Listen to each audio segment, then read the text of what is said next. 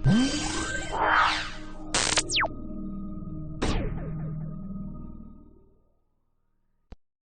बच्चों, मैं हूँ आर्यन तिवारी और आप देख रहे हैं केमिस्ट्री विथ आर्यन तिवारी।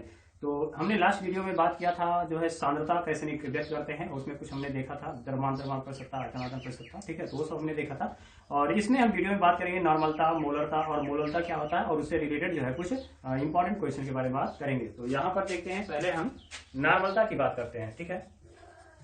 तो नॉर्मलता क्या होता है, नॉर्मैलिटी,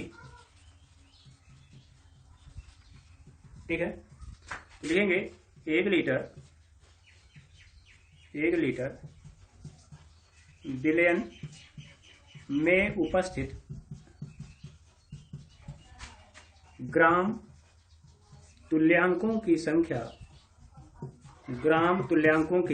तुल्यांकों की संख्या, विलयन की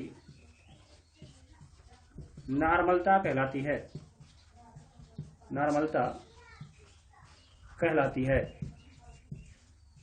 ठीक है। तो कह रहा है 1 लीटर विलयन में उपस्थित ग्राम तुल्यांकों की संख्या विलयन की नॉर्मलता कहलाती है, ठीक है। तो इसका हम जो है फार्मूला लिखते हैं। तो नॉर्मलता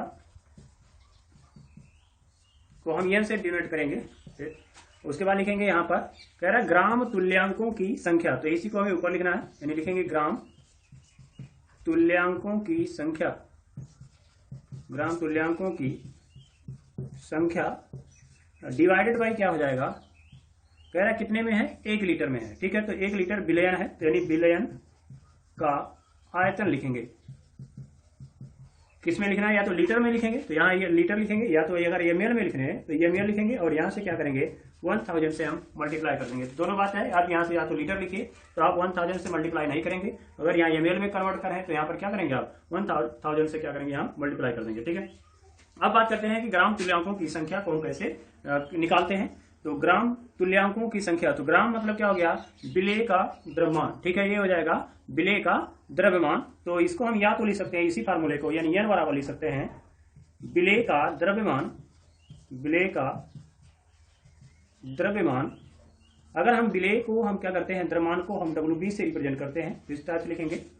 और उसके बाद क्या रहा है, तुल्यांकों की संख्या, तो यहां पर हम लिख सकते हैं बटे, यानी डिवाइडेड बाय तुल्यांकों की संख्या। तो तुल्यांकों की संख्या को हम ई से रिप्रेजेंट करेंगे। और उसके बाद विलयन का आयतन है, तो विलयन का यहां पर देख रहे हैं विलयन का आयतन हो जाएगा, तो विलयन का आयतन है। अब इसको हम वॉल्यूम यानी बी से लिखेंगे, ठीक है। और इसको ये में लिख सकते हैं, और यहाँ पर है आपका 1000, ठीक है। अब यहाँ पर भी बात करें, अगर हम तुल्यांकों की संख्या बराबर क्या होती है, तो इसको यहाँ लिख सकते हैं, जैसे मान लीजिए आपका तुल्यांकों की संख्या ई, ठीक है। तो तुल्यांकों की संख्या ई बराबर हो जाएगा, नहीं कह सकते हैं अणुभार बटे क्या हो जाएगा आपका संयोजकता हो जाएगा, ठीक है। अणुभार बटे क्या लिखेंगे आप, संयोजकता लिखेंगे, ठीक है। तो यहाँ पर हम अणुभार जो बात कर रहे हैं इसको हम एम से लिखेंगे, क्योंकि हमें विलेय की बात करना है, इसलिए इसे हम एमबी से रिप्रेजेंट कर सकते हैं, या नहीं करेंगे तो भी कोई दिक्कत नहीं, केवल एम लिख सकते हैं। यहाँ पर संयोजकता है और संयोजकता को हम कर सकते हैं जेड, यानी यह जेड फैक्टर है जो वैलेंसी को क्या करता है, रिप्रेजेंट करता है। अब इसको हम क्या करते हैं, इसमें सब्स्टिट्यूट करेंगे तो हमारा जो फाइनल फार्मूला होगा वो हमें मिल जाएगा। तो यहाँ पर देख रहे हैं आपका WB हो जाएगा, और इसके जगह पर यानी हम लिख सकते हैं ई के जगह पर क्या लिख सकते हैं, एमबी बाई जेड लिख सकते हैं, ठीक है। तो एमबी लिखेंगे और बाई जेड लिखेंगे तो जेड क्या हो जाएगा, ऊपर चला जाएगा, तो यहाँ जेड फैक्टर होगा, और इनटू लिखेंगे वी, यानी उसका आयतन होगा किसमें होगा, ml में, ठीक है, ml में। और यहाँ पर क्या करेंगे हम 1000 से मल्टीप्लाई कर देंगे, ठीक है। तो ये हो जाएगा हमारा फाइनल फार्मूला, ठीक। तो यहाँ पर हम कह सकते हैं कि नॉर्मलता इक्वल टू लिख सकते हैं आप विलेय का जो द्रव्यमान दिया होगा, और उसके बाद उसका जो है संयोजकता देखना होगा, वैलेंसी देखना होगा, डिवाइडेड बाई क्या करना है आपका उसका अणुभार देखना है, इनटू क्या है यहाँ पर वॉल्यूम है, आयतन है, और उसके बाद यहाँ पर 1000 है। अगर हम बात करते हैं, कहीं कहीं आप देखेंगे कि यहाँ पर अणुभार बटे, ठीक है, अम्ल की क्षारकता लिखा होगा, या कह सकते हैं क्षार की अम्लता लिखा होगा। तो उसको हम क्या कर सकते हैं, कहीं कहीं कुछ बच्चों को क्या उसमें कंफ्यूजन रहता है, इसलिए हम उसको ना बात करके हम डायरेक्ट संयोजकता की बात करेंगे। तो संयोजकता जो है वो कैसे निकाला जाता है उसके बारे में बात करेंगे और बहुत ही इजी हो जाएगा ये कैलकुलेट करना। अगर फिर भी आपको अणु की भाषणिकता और कह सकते हैं क्षार की अम्लता के बारे में कोई प्रॉब्लम होगी तो उसके बारे में आप कमेंट करेंगे तो उसका अलग वीडियो बनाऊंगा, ठीक है। तो अब बात करते हैं कि यहाँ पर नॉर्मलता का जो मात्रक होगा वो क्या होगा। तो अगर हम बात करें यानी नॉर्मलता का जो मात्रक होगा, ठीक है, इसको लिख सकते हैं आप ग्राम तुल्यांक। यहाँ पर देख रहे हैं, ये यहाँ पे अगर हम बात करें देख रहे हैं ग्राम तुल्यांकों की संख्या है, तो यहाँ पर लिखेंगे ग्राम तुल्यांक, ठीक है। प्रति क्या है आपका, यहाँ पर विलेन है यानी लीटर होगा, तो यहाँ पर हम क्या लिखेंगे प्रति लीटर, ठीक है। तो ग्राम तुल्यांक प्रति लीटर इसका क्या हो जाएगा मात्रक हो जाएगा। अब थोड़ा सा यहाँ पर अगर हम नोट करें तो नोट में हम लिख सकते हैं कि यह जो होता है यह टेम्परेचर के बढ़ने के साथ इसकी जो है नॉर्मलता जो होती है वो परिवर्तित होती है। तो ये इंपॉर्टेंट पॉइंट है, यानी टेम्परेचर आप यानी तापमान आप बढ़ा रहे हो तो उसकी नॉर्मलता क्या होगी परिवर्तित होगी। कैसे होगी उसको थोड़ा हम समझते हैं। यहाँ पर देख रहे हैं आपकी नॉर्मलता है यानी नॉर्मेलिटी है, और यहाँ पर आपकी वॉल्यूम है यानी उसका आयतन है। तो आप जानते हैं कि अगर आप टेम्परेचर इंक्रीज करते हो, टेम्परेचर आप बढ़ाते हो तो आयतन क्या होता है बढ़ता है। तो विलेन का जो है आयतन बढ़ेगा तो आयतन देख रहे हैं, और नॉर्मेलिटी जो है यानी नॉर्मलता जो है वो एक दूसरे के क्या है इनवर्सली प्रोपोर्शनल है। तो इसका मतलब है या व्युत्क्रमानुपाती है, तो हम ये कह सकते हैं कि अगर आयतन बढ़ेगा, ठीक है, तो नॉर्मलता घटेगी। तो ये बात हम कह सकते हैं कि टेम्परेचर के बढ़ने के साथ नॉर्मलता क्या हो जाती है घट जाती है। क्यों? क्योंकि आयतन जो होता है टेम्परेचर बढ़ने के साथ बढ़ता है, ठीक है। सामान्यतः ऐसा ही बात किया जाता है। अब इसके हम क्वेश्चन की तो अब बात करते हैं इसकी हम मोलरता के बारे में। मोलरता क्या होता है, ठीक है। तो 1 लीटर विलयन में उपस्थित विलेय के मोलों की संख्या, विलेय के मोलों की संख्या विलयन की मोलरता कहलाती है, मोलरता कहलाती है, ठीक है। तो 1 लीटर अगर आप विलयन ले रहे हैं, ठीक है, यानी हम कह सकते हैं 1 लीटर हम कोई विलयन ले रहे हैं, उसमें कितने जो है मोल सोल्यूट यानी कह सकते हैं विलेय उपस्थित है, वही उसकी क्या कहलाएगी मोलरता कहलाएगी, ठीक है। तो अब बात करते हैं इसका हम फार्मूला कैसे लिखेंगे, ठीक है। तो मोलरता इक्वल टू लिखेंगे, मोलरता बराबर लिखेंगे, मोलरता को हम कैपिटल एम से रिप्रेजेंट करेंगे। तो विलेय के मोलों की संख्या, विलेय के मोलों की संख्या, ठीक है, इसको हम क्या कर सकते हैं एन से रिप्रेजेंट कर सकते हैं। और उसके बाद लिखेंगे, देखिए कह रहा विलेय के मोलों की संख्या किस में है 1 लीटर विलेयन में है, तो लिखेंगे विलेयन का आयतन, ठीक है। यानी 1 लीटर विलेयन में कितना विलेय के मोलों की संख्या उपस्थित है वही क्या कहलाएगी मोलरता कहलाएगी। अब क्या करना है, अगर आयतन को आप लीटर में लिख रहे हैं तो आपको यहाँ कुछ नहीं करना है, ठीक है, यहाँ पर लीटर लिख लेंगे। और अगर आप ml में लिख रहे हैं, अगर हम यहाँ पर ml में लिख रहे हैं तो यहाँ पर हम क्या करेंगे 1000 से मल्टीप्लाई कर देंगे, ठीक है। तो ये हो जाएगा इसका फार्मूला, ठीक है। अब एक और बात करते हैं कि विलेय के मोलों की संख्या क्या होती है। तो विलेय के मोलों की संख्या बराबर अगर लिखें, या मोलों की संख्या किसी का भी निकालना है तो मोलों की संख्या बराबर हम लिख सकते हैं पदार्थ का भार, जिसका आपका भार निकालना, जिसका आपको मोलों की संख्या निकालना उसको लिखेंगे पदार्थ का भार या पदार्थ का द्रव्यमान, दोनों बात एक ही है। पदार्थ का भार बटे पदार्थ का अणुभार, पदार्थ का अणुभार। क्योंकि यहाँ पर जो है हम पदार्थ कौन सा ले रहे हैं, हम विलेय लिख रहे हैं, तो यहाँ पर हम इसको डब्ल्यू बी रिप्रेजेंट करेंगे। और यहाँ पर पदार्थ का अणुभार, तो पदार्थ कौन से बात कर रहे हैं आपका विलेय की बात कर रहे हैं, तो इसको अणुभार को हम एमबी से लिखेंगे, ठीक है। तो इसको हम ऐसे ही लिखते जाएंगे ताकि हमें आगे चल करके कोई परेशानी ना हो, हमें याद रहे कि हमें डब्ल्यू बी क्या होता है, एम बी क्या होता है, डब्ल्यू ए क्या होता है और एम ए क्या होता है उसके बारे में, ठीक है। तो आगे हमें कंफ्यूजन नहीं होगा, इसलिए हम ऐसे डायरेक्ट लिखते हुए चले जा रहे हैं। तो यहाँ पर पदार्थ का भार डब्ल्यू बी होगा और पदार्थ का भार क्या होगा एम बी होगा, ठीक है। अब इसको हम यहाँ पर क्या करते हैं हम पुट कर देते हैं, ठीक है। तो मोलरता, ठीक है, मोलरता यानी एम इक्वल टू हो जाएगा आपका पदार्थ का भार, ठीक है। तो यहाँ लिख सकते हैं डब्ल्यू, तो डब्ल्यू ऊपर आ जाएगा यानी W B is divided by M B जो होगा वो नीचे आएगा, तो यहाँ पर हम एम बी लिखेंगे इनटू, ठीक है, इनटू यहाँ विलेयन का आयतन है तो विलेयन का आयतन यानी वॉल्यूम, अगर आप एमएल में लिख रहे हैं तो यहाँ पर एमएल लिखेंगे, इनटू क्या हो जाएगा आपका 1000 हो जाएगा, ठीक है। ये हो जाएगा हमारा फार्मूला, ठीक है। तो यहाँ पर देखेंगे आपका 2 एम है, तो उससे एम बी लिखने से क्या होगा हमें कंफ्यूजन नहीं होगा कि क्या हम बात करें कि कौन से एम को कैलकुलेट करना है, ठीक है। तो यहाँ पर एम बी क्या है आपका विलेय का अणुभार है, ठीक। अब बात करते हैं यहाँ पर इसका मात्रक क्या होगा। तो मोलरता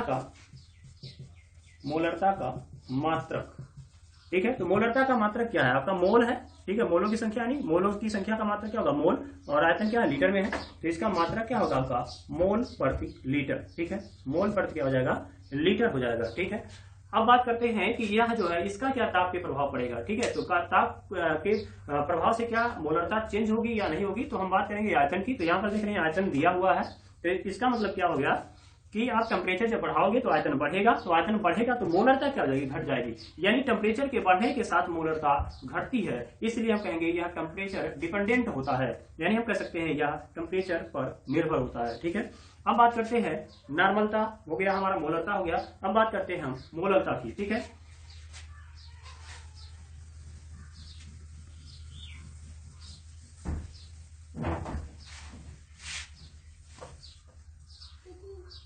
तो यहाँ पे हम बात करते हैं कि मोलरता क्या होता है, ठीक है। तो मोलरता को भी लिख लेते हैं, तो इसको कहेंगे मोलैलिटी, ठीक है। इसको हम बोलेंगे मोलैलिटी, यानी मोलैलिटी का डिफिनेशन थोड़ा समझते हैं, यानी 1 किलोग्राम, ठीक है। हम लिखेंगे 1 किलोग्राम विलायक, वहां पर देख रहे हैं सभी जगह हम विलय लिख रहे थे, लेकिन यहां पर हम क्या लिखेंगे विलायक लिखेंगे।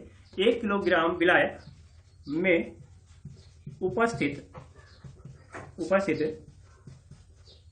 विलय के मोलों की संख्या, विलय के मोलों की संख्या विलयन की मोललता कहलाती है, मोललता कहलाती है,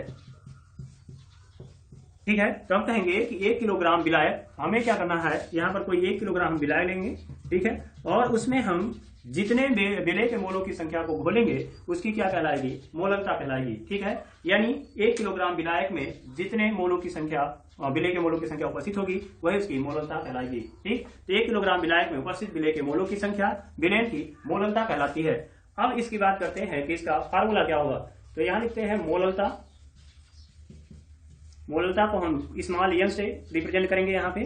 अब लिखेंगे विलय के मोलों की संख्या, क्योंकि देख रहे हैं यहाँ पर क्या आपका विलय के मोलों की संख्या, तो यहाँ लिखेंगे विलय के मोलों की संख्या, मोलों की संख्या इज डिवाइडेड बाय क्या हो जाएगा 1 किलोग्राम विलायक, यानी यहाँ पर कहेंगे कि विलायक का हम द्रव्यमान की बात कर रहे हैं, तो यहाँ पर लिखेंगे विलायक का द्रव्यमान किसमें है, यहाँ पर किलोग्राम है, तो यहाँ अगर किलोग्राम लिख रहे हैं तो यहाँ पर मल्टीप्लाई करने की कोई जरूरत नहीं होगी। अगर इसको हम ग्राम में लिख रहे हैं तो यहाँ पर हम क्या करेंगे 1000 से मल्टीप्लाई कर देंगे, तो हम ये कहेंगे कि विलय के मोलों की संख्या बटे विलायक का क्या होगा द्रव्यमान होगा।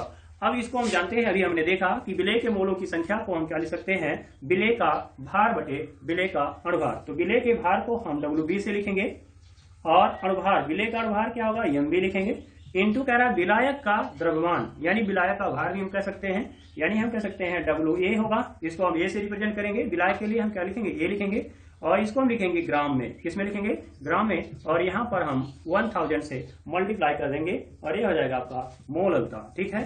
तो ये मोललता क्या हो गया आपका फार्मूला हो गया। अगर नहीं समझ आ रहा है तो यहाँ लिख सकते हैं, जहां WB विलय का द्रव्यमान या भार लिख सकते हैं, और यहाँ पर WA जो है आपका विलायक होगा, तो विलायक का द्रव्यमान या भार लिखेंगे, और यहाँ पर अगर हम बात करें यहाँ पर MB है, तो MB क्या हो जाएगा आपका विलय का अणुभार हो जाएगा, विलय का अणुभार होगा, ठीक है। अब यहाँ पे बात करें अगर इसके मात्रक की, तो मात्रक क्या होगा उसकी बात करते हैं। तो यहाँ पे मोललता का मात्रक जो होगा तो इसको हम कह सकते हैं, यहाँ पर देख रहे हैं मोलों की संख्या का मात्रक क्या होगा मोल होगा, तो यहाँ पर मोल लिखेंगे, ठीक है। बटे क्या आपका विलायक का द्रव्यमान है, तो बटे क्या लिखेंगे विलायक का द्रव्यमान यानी मोल प्रति किलोग्राम लिखेंगे। 1 किलोग्राम में रख रहे हैं यहाँ, तो क्या कहेंगे कि मोल प्रति किलोग्राम क्या होगा इसका मात्रक होगा, या तो कहीं कहीं इसमें मोलल लिखा होगा, क्या लिखा होगा यहाँ पर मोलल भी लिखा जा सकता है, ठीक है। तो यहाँ पर हम यम लिख सकते हैं, ठीक है, या मोलल लिखेंगे या स्मॉल यम लिखा होगा तो समझ जाएंगे कि यार मोलरता की बात कर रहा है। और अगर हम मोलरता वाले केस में देख रहे हैं तो मोलरता के केस में हमें केवल मोलर दिया होगा, ठीक है, उसके हम मात्रक को हम क्या लिख सकते थे मोलर भी लिख सकते थे, ठीक है। तो अब बात करते हैं या मोलर दिया होगा तो हम समझ जाएंगे कि मोलरता है। अब बात करते हैं कि क्या यह टेम्परेचर डिपेंडेंट है या नहीं है, यानी टेम्परेचर पर यह निर्भर करेगा या नहीं करेगा। तो यहाँ देख रहे हैं कि आपका टेम्परेचर पर, यानी यहाँ पर देख रहे हैं सभी जो है यहाँ पर वॉल्यूम नहीं दिया, आयतन नहीं दिया हुआ है, यहाँ पर सभी द्रव्यमान दिए हैं या फिर अनुभार दिया हुआ है। तो इसका मतलब है कि यह जो है टेम्परेचर देने पर या बढ़ाने पर इस पर कोई इफेक्ट नहीं पड़ेगा। तो इसकी मोलरिटी में भी, यानी कह सकते हैं इसकी मोलरता में भी कोई इफेक्ट नहीं पड़ेगा। ठीक है, तो टेम्परेचर घटाइए या बढ़ाइए उसकी मोलरता पर कोई प्रभाव नहीं पड़ेगा। यह इंपॉर्टेंट क्वेश्चन है, ऑब्जेक्टिव में क्वेश्चन आ सकते हैं कि कौन सा ऐसा है, यानी मोलरता दे देगा, मोलरता देगा और वो दे देंगे, बोलेंगे कौन सा टेम्परेचर डिपेंडेंट है या फिर नहीं है। इस टाइप के क्वेश्चन ऑब्जेक्टिव में बन सकते हैं। तो हमने नॉर्मलता और मोलरता जो देखा उसमें आयतन था, इसलिए वो टेम्परेचर डिपेंडेंट था, यानी उस पर टेम्परेचर को निर्भर करता है, लेकिन ये नहीं करता है। ठीक है, अब बात करते हैं बात करते हैं यहाँ पर एक क्वेश्चन जो दिया गया है, यहाँ पर एनसीईआरटी का क्वेश्चन कह रहा है कि एक पेयजल का नमूना क्लोरोफॉर्म CaCl3 से कैंसर जल समझे जाने की सीमा तक बहुत अधिक संदूषित है। ठीक है, इसमें संदूषण की सीमा कह रहा है 15 ppm, यानी द्रव्यमान में है। तो कह सकते हैं कि कोई पानी, पीने वाला पानी है जिसमें क्लोरोफॉर्म मिला हुआ है और वह क्लोरोफॉर्म क्या करता है, कैंसर को उत्पन्न करता है, यानी कह सकते हैं कि वह संदूषण का काम कर रहा है। तो उसमें कह रहा है वह 15 ppm है, यानी क्लोरोफॉर्म की जो मात्रा दी हुई है वो कितना दिया है आपका, 15 ppm दिया है। तो यहाँ पर हम लिखेंगे CHCl3 का द्रव्यमान दिया हुआ है आपका। ठीक है, तो द्रव्यमान दिया है आपका, तो कितना दिया आपका, 15 ppm है। 15 ppm कहने का मतलब है कि 10 लाख में, पार्ट पर मिलियन, यानी 10 लाखवें भाग में जितना ग्राम उपस्थित होगा उसी को क्या कहते हैं हम, ppm में सांद्रता कहते हैं। तो यहाँ पर हम बात करेंगे कि 10 लाख भाग में, यानी 10 लाख ग्राम अगर हम जल लिए हैं उसमें कितना ग्राम है, 15 ग्राम है, यानी 15 ग्राम क्या है आपका क्लोरोफॉर्म है। और उसमें हम बात करेंगे कि बिलियन का द्रव्यमान, तो बिलियन का जो द्रव्यमान दिया हुआ है यानी टोटल, उसमें कितना है आपका 10 लाख भाग में है। तो 10 लाख को हम क्या कर सकते हैं, 10⁻6 ग्राम लिखेंगे। पास में आ रहा है। अब यहाँ पर कह रहा है इसे द्रव्यमान प्रतिशत में व्यक्त करिए, इसे द्रव्यमान प्रतिशत में व्यक्त करिए। तो द्रव्यमान प्रतिशत को हम जानते हैं कि वेट बाय वेट परसेंटेज लिखते हैं। ठीक है, तो यहाँ पर हम जानते हैं कि ये विलेय है, यहाँ पर हम क्या लिखेंगे, विलेय का द्रव्यमान। ठीक है, तो विलेय का द्रव्यमान मतलब क्या होगा, जो कम होगा वो विलेय होगा। तो यहाँ पर देख रहे हैं CaCl3 का द्रव्यमान, तो लिखेंगे CaCl3 का द्रव्यमान लिखेंगे, द्रव्यमान बटे क्या हो जाएगा आपका 10⁻6। ठीक है, यानी कह सकते हैं विलयन का द्रव्यमान, तो ये भी लिख लीजिए, विलयन का द्रव्यमान, विलयन का द्रव्यमान हो जाएगा। ठीक है, इनटू कह रहा परसेंटेज में लिखना है, तो 10 लिखेंगे 100, मल्टीप्लाई करेंगे 100 से। अब यहाँ पर कह सकते हैं CaCl3 का द्रव्यमान आपका 15 है, तो 15 ये डिवाइडेड बाय क्या है, विलयन का द्रव्यमान 10⁻6 है, तो 10⁻6 लिखेंगे इंटू 100 लिखेंगे। अब यहाँ पे बात करेंगे तो यह क्या ले सकते हैं, 15 हो जाएगा। अब यहाँ पर ऊपर जाएगा तो -6 आएगा, और यहाँ से 2 घट जाएगा तो 10⁻4 आ जाएगा। ठीक है, तो 10 क्या हो जाएगा आपका -4 आ जाएगा। अगर इसको हम लिखें इस टाइप से, तो एक अंक के बाद हमें दशमलव लगाना होता है, तो 1.5 इंटू 10 टू द पावर क्या हो जाएगा, -3 हो जाएगा। यानी हम कह सकते हैं इसका परसेंटेज क्या हो जाएगा आपका 1.5 इंटू 10 टू द पावर -3% हो जाएगा। ठीक है, अब यहाँ पर हम बात करते हैं, ये तो हो गया हमें पहला कंडीशन। दूसरा क्या कह रहा है, जल के नमूने में क्लोरोफॉर्म की मोलरता ज्ञात करिए, और मोलरता के लिए हमें क्या करना होता है, हमें विलायक का द्रव्यमान पता होना चाहिए। तो यहाँ पर देख रहे हैं कि विलयन का द्रव्यमान आपका 10 लाख है। ठीक है, तो 10 लाख में अगर हम क्या करते हैं 15 ग्राम सब्सट्रैक्ट कर लेते हैं, तो वैल्यू क्या होगी, वो कह सकते हैं माइन्यूट चेंज होगा, कुछ कम होगा। तो हम क्या करेंगे, उसको कह रहा है बहुत कम मात्रा में है, तो इसको हम निगलेक्ट कर सकते हैं। तो हम डायरेक्ट मानेंगे कि जो विलायक का द्रव्यमान है वही विलयन का द्रव्यमान लगभग है। तो यहाँ पर हम विलायक का द्रव्यमान, विलायक का द्रव्यमान जो मानेंगे वह विलयन के द्रव्यमान में ही मानेंगे, क्योंकि 10 लाख भाग में 15 ग्राम है, तो आप कितना घटाएंगे। ठीक है, तो इसको हम पूरा मानेंगे, विलायक का द्रव्यमान कितना मानेंगे 10⁻6 ग्राम। अब हमें फार्मूला लगा देना है मोलरता। ठीक है, तो मोलरता बराबर क्या होता है, मोलरता बराबर होगा विलेय के मोलों की संख्या। तो विलेय के मोलों की संख्या हमें निकालना होगा। तो यहाँ पर हम बात करते हैं विलेय के मोलों की संख्या निकालने के लिए हमें विलेय का भार, तो इसका भार दिया हुआ है, क्लोरोफॉर्म का भार दिया हुआ है या द्रव्यमान दिया हुआ है, इसका अनुभार निकाल लेते हैं। तो हम बात करते हैं यहाँ पर CHCl3 का अनुभार। ठीक है, तो CHCl3 का अनुभार अगर हम निकालेंगे, यानी हम एक इसको कह सकते हैं यह Mb होगा, इक्वल टू अगर हम बात करें तो यहाँ पे कार्बन कितना है आपका 1 है, तो यहाँ पे 12 लिखेंगे, प्लस हाइड्रोजन 1 है। और यहाँ पे बात करते हैं क्लोरीन है, तो 35 दशमलव क्या है आपका 5 है, इंटू क्या हो जाएगा आपका 3 हो जाएगा। तो 3 × 15, 3 × 15 16, 3 × 9 1 10 हो जाएगा। ठीक है, 106 हो जाएगा, और प्लस कह सकते हैं यहाँ पर 113 हो जाएगा। ठीक है, सॉरी 13 हो जाएगा।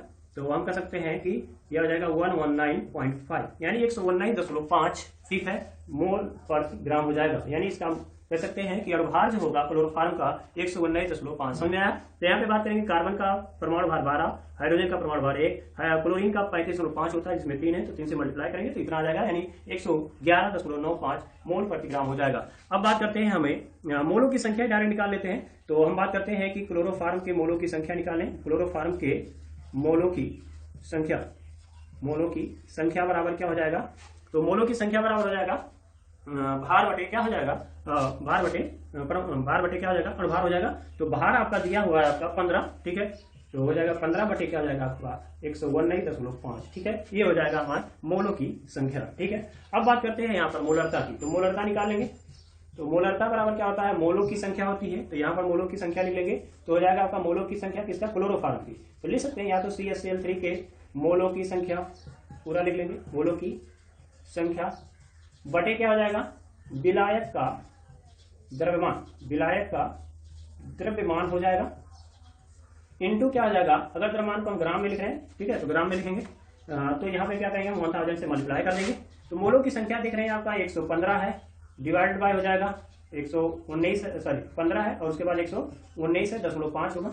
और विलायक का द्रव्यमान की अगर बात करें तो मोलों की संख्या 15 बटे 119.5 लिखा, और डिवाइडेड बाय क्या हो जाएगा आपका यहाँ पर विलायक का द्रव्यमान। तो विलायक का जो द्रव्यमान है हमने 10⁶ माना है, तो 10⁶ हो जाएगा, इंटू इसको लिख सकते हैं 10⁻3 हो जाएगा, ठीक है। तो इसको हम लिख सकते हैं, ऊपर जाएगा तो -6 है, तो ऊपर जाएगा तो -6 है, तो ऊपर जाएगा तो -6, और यहाँ से 3 करेंगे तो हो जाएगा आपका -3। तो हम कह सकते हैं 15 × 10⁻³ और डिवाइडेड बाई 119.5, ठीक है। तो इक्वल टू हमारा जो आंसर आएगा 1.25 × 10⁻⁴ मोलर आएगा, ठीक है। तो इसकी जो है, तो यहाँ पर मोलरता लिखना था, मोलरता, ठीक है। तो यहाँ पर इसकी क्या हो जाएगी, मोलरता हो जाएगी। तो इतना 1.25 × 10⁻⁴ इसमें मोलर आ जाएगा, ठीक है। तो इस तरह से हम दोस्तों क्वेश्चन को देखते हैं जो कह सकते हैं कि एग्जाम में पूछे जा सकते हैं। और अगर फिर भी इस वीडियो से कोई प्रॉब्लम है या कुछ समझ में नहीं आ रहा है तो आप कमेंट करेंगे, तो इसके बारे में आंसर देने की कोशिश करूंगा, ठीक है। तब तक के लिए जय हिंद।